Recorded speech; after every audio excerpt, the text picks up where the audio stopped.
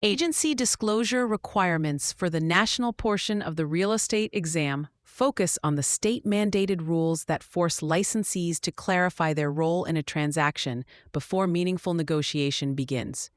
One of the most common mistakes test takers make is confusing the agency disclosure form with an actual agency agreement, like a listing contract or a buyer representation agreement. On the exam, you must remember that a disclosure form is strictly for informational purposes, and it does not create a fiduciary relationship between you and the consumer.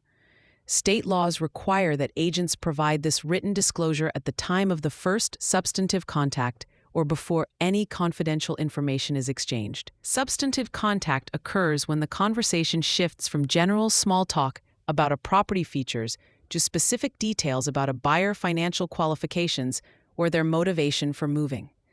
If a prospective buyer tells you they need to find a home within 30 days because they are starting a new job, that is a substantive discussion because it reveals their motivation and timing. At that exact moment, you must provide the agency disclosure to ensure they understand whose interests you are protecting.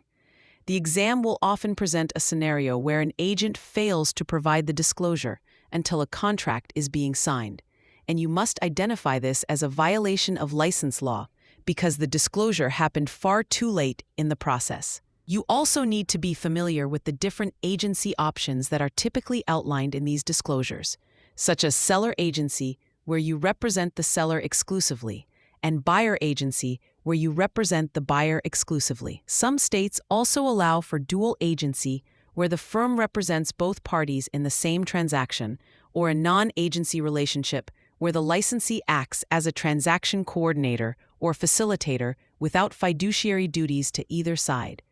A common exam trap involves the signature requirement, because while you must present the disclosure and ask for a signature, if the consumer refuses to sign, you can still proceed as long as you document the refusal. Disclosure is meant to prevent the creation of an implied agency where a consumer mistakenly believes you are looking out for their best interests when you actually represent the other party. To help you remember the trigger for this requirement, use the mnemonic SODA, which stands for Substantive Contact Triggers the Official Disclosure of Agency. Always look for keywords like first contact or before confidential talk when answering questions about the timing of these disclosures. The exam may also try to confuse you by asking if the disclosure form creates a commission agreement. But remember that commission is only established through service contracts, not through the mandatory agency disclosure form. You must be able to distinguish between a customer and a client in the context of these disclosures. A customer is someone you provide honest and fair treatment to, but to whom you do not owe fiduciary duties, while a client is the person you represent through a formal agreement. The agency disclosure ensures that a customer knows they are a customer before they accidentally tell you something that could hurt their negotiating position. For example, if a buyer tells a listing agent that they are willing to pay more than their offer price, that agent is legally obligated to tell the seller that information unless a buyer-agency agreement exists. Without the timely disclosure, the buyer might assume the agent is helping them get the best deal. This is why the exam focuses so heavily on the timing of the notice. You might see a question asking if an agent must provide an agency disclosure at an open house.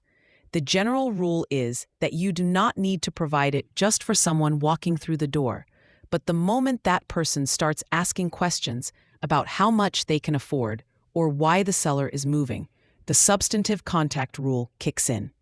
Remember that the ultimate goal of these requirements is informed consent, so that every party in a real estate transaction understands exactly where the loyalty of the licensee lies and what the professional relationship entails for both the buyer and the seller.